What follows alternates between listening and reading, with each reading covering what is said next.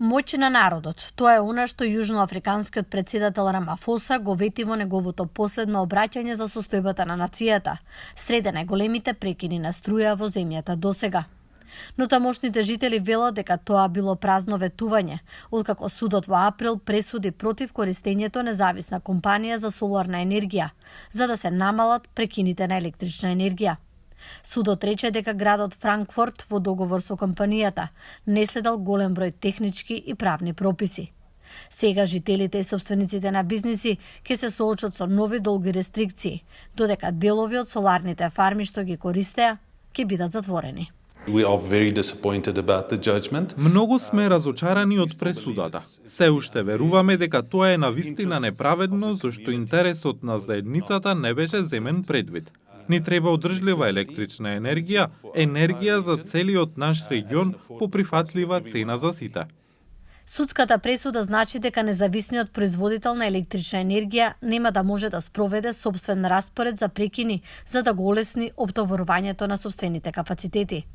Независниот производител, користејќи својата соларна фарма, ги намали прекините на струја во Франкфурт од 4 часа дневно на само 1,5.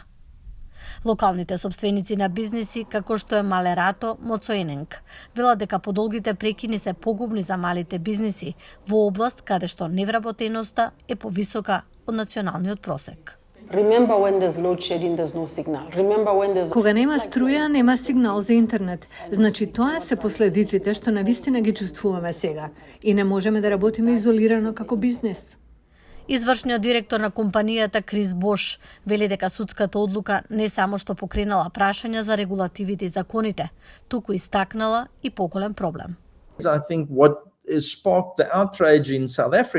Мислам дека она што го предизвика револтот во Јужна Африка е тоа што луѓето сега сваќаат дека дури ако имаат пари да ја приклучат сопствената фабрика за производство на мрежата, се уште нема да можат да ја користат електричната енергија.